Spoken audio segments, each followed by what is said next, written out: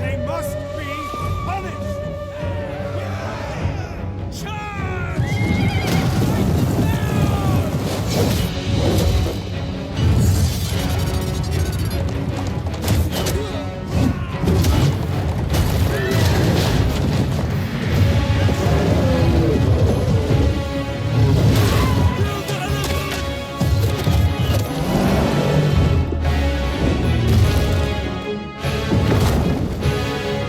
Brace yourself!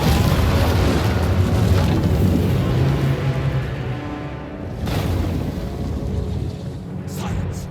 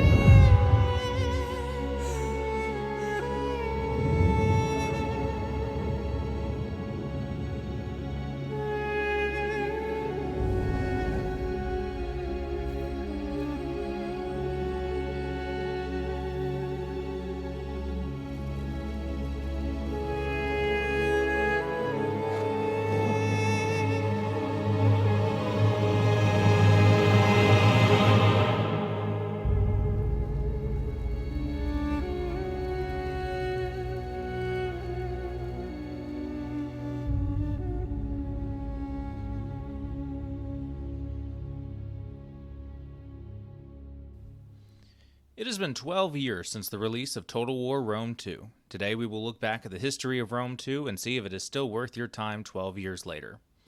Total War Rome 2 was developed by Creative Assembly, a UK-based studio. Creative Assembly was founded in 1987 by Tim Ansell. In March 2005, Creative Assembly was acquired by Sega and became a part of Sega Europe. With their acquisition by Sega, they expanded their Total War brand and begun to branch into the console market. On September 3, 2013, Total War Rome 2 was released. This marked the 8th game in the Total War series and the second installment in the Rome series. A month before release, Total War Rome 2 had achieved more than 6 times the number of pre-orders of the previous installment in the Total War series, Total War Shogun 2, making Rome 2 the most pre-ordered game in the history of the Total War franchise. Upon release, the game received mostly positive reviews from critics, but got significant criticism for the game's technical problems. The technical issues were so severe that Creative Assembly's creative director at the time, Mike Simpson, publicly apologized for the poor state of the game. At the time of release, it surpassed all the previous games in the Total War series in both sales and number of concurrent players on release day. As of March 31, 2014, the game had sold 1.13 million copies in Europe and North America. Many of the bugs and issues that existed in the game were addressed in the coming months through 14 additional patches. A year later, in September 2014, the game received the Emperor Edition, which came as a free upgrade for all current players, which added and overhauled a significant number of features in the game, as well as fixing many of the technical problems on release. Many critics upon release praised the game's cinematic battles and the visuals. Many critics felt like each faction offered a lot to make each feel special. The criticisms of the game came around the technical bugs with the AI and bugs in gameplay. Long load times waiting on AI moves made a large part of the game unplayable, with waits going upwards to 10 minutes. Many of them felt like the game was a step down after the previous Total War Shogun 2. The technical issues were rife with the game upon release, and it wasn't a simple issue with gaming critics. The game was very unoptimized, and featured issues such as failed installations, crashes, texture issues, and broken artificial intelligence. Even on the official Creative Assembly forums, a reported anonymous developer from another studio complained about the bugs and shifted the blame to Sega. The first updates to correct these issues came within a week of release, and Creative Assembly took responsibility for the state of the game, with the creative director apologizing and encouraging players to help report the bugs they interact with so they can get them fixed as soon as possible. Many DLCs were sold and given out to free to owners of Total War Rome 2. The first culture pack, Greek States, was added September 3, 2013, and it added Athens, Euripus, and Sparta as playable factions and was free for those who pre-ordered the game, but it was sold for everyone else on the release date. Greek States currently sits at a mixed rating on Steam, with some people commenting that it doesn't give access to what it says it does, likely being a bug. Greek States currently costs $8.99. The same day, September 3rd, 2013, a free unit, Pontus, was added for free.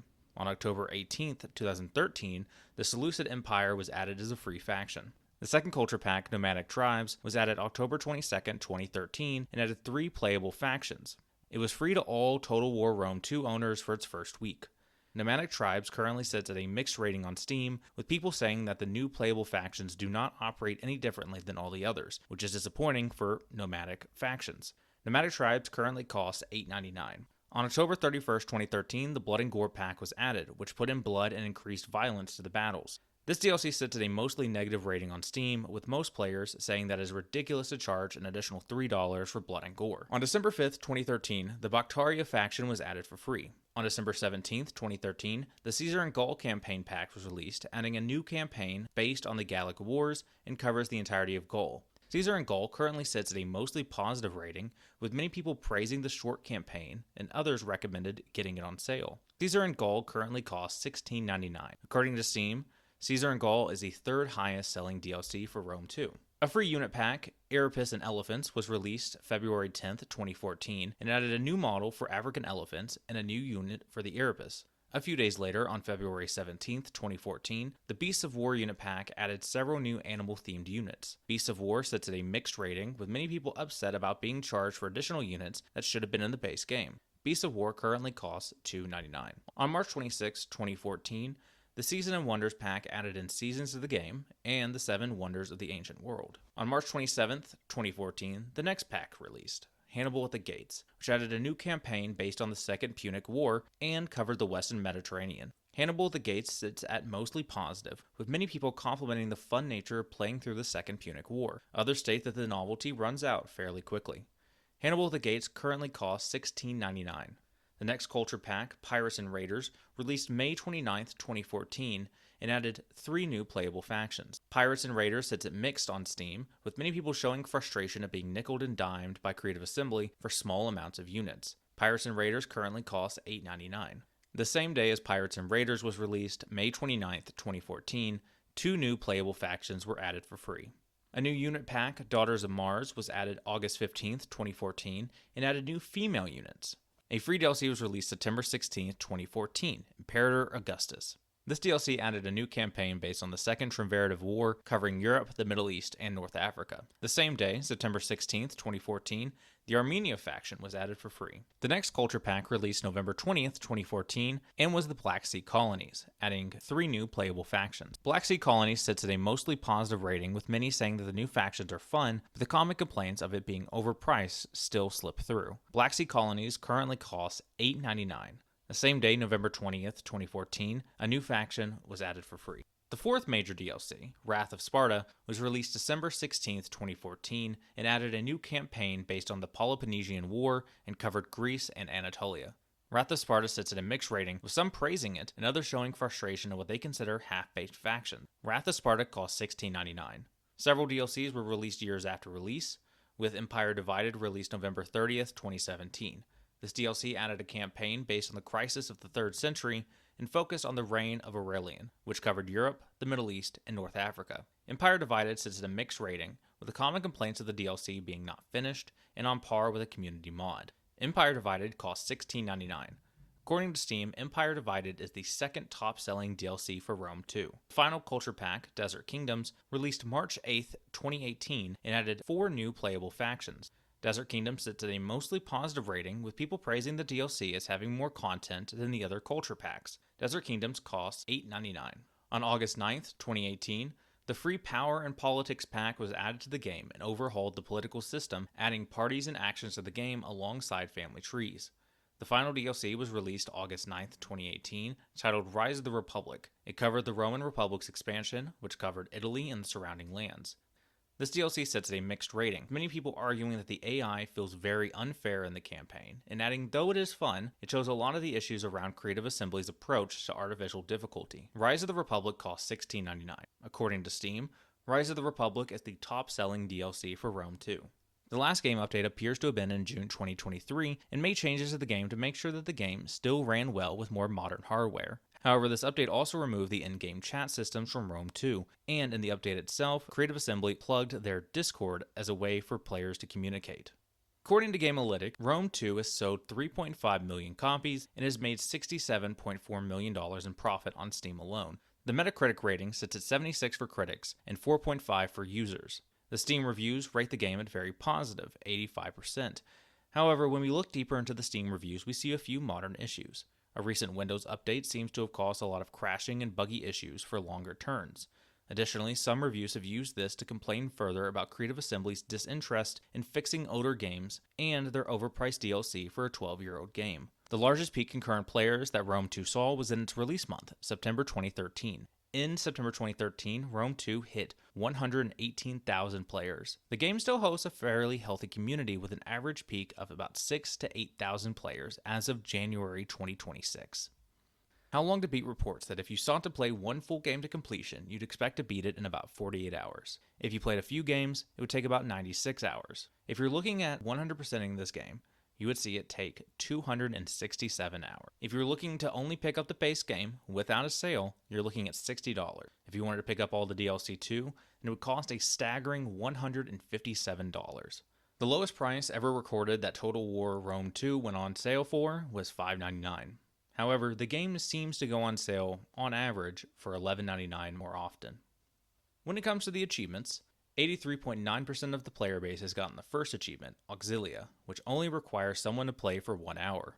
Only 17.8% of players have completed the game through the easiest victory condition, a military victory, and received the achievement, I Came, I Saw, I Conquered. There are many achievements tied for the rarest. They all have 0.2% of players having achieved it. However, one of the rarest achievements is Gallia Italiana at 0.2%, which requires you to complete the Rise of the Republic campaign as the Sinonians. My rarest achievement sits at 7.3% with Almost Famous, requiring you to win a campaign without ever having to reform to the Empire government type. For minimum system requirements, you need to have an Intel dual-core processor, 2 GB of RAM for memory, a 512 MB DirectX graphics card, and 35 GB of available storage. Recommended system requirements include a second-generation Intel Core i5 processor, 4 GB of RAM for memory, a 1024 MB DirectX 11 graphics card, and 35 GB of available storage. When it comes to my personal opinion on Total War Rome 2, I'm a little bit mixed. For me, I can't say that I'm a huge fan of the Total War series from the few games that I've played. I did enjoy the time I spent with Total War Rome 2, though. Everyone jokes about the Roman Empire for a reason and says every man has one. And I can say that playing in the Roman times is a more fun experience than the other Total War games that I've had experience with. I didn't complete too much of the game, only getting about 14% of the achievements, but I did fully complete one game, which I can't say that I have done for the other ones. I enjoyed the gameplay and the challenges of trying to conquer as much of the Mediterranean as I could. I know that among my close friend group, while my friend who is a fan of Total War games played for a long time, he played far less than he did for Warhammer 2. For this, I would only recommend getting the game on a sale. It is a good game after all the updates and DLCs it's received, and it is a great introduction into the series. If you're looking for an introduction to Total War, or looking for one of the best that the series has, then I would recommend grabbing this one. However, I would have to say that the price can be very steep, and to grab it when it goes on sale rather than at price. Overall, the game is fun, but it's very expensive. Creative Assembly has a history of overcharging for DLC and locking a lot of the game behind getting those DLCs. Overall, I'd give Total War Rome 2 3 out of 5 stars, and I would recommend buying it on sale. Thank you so much for sticking around to the end of the video. It really does mean the world to me. If you believe that anything I have provided today is helpful, then consider subscribing and liking the video. If you believe I've missed anything or have your own opinions around Total War Rome 2, then please jump into the comments and let me know. Is Total War Rome 2 worth getting into 12 years later? After looking at the history of the game, the numbers, and my personal opinion, I believe that is up for you to decide. I hope you have a great rest of your day, and may luck be on your side.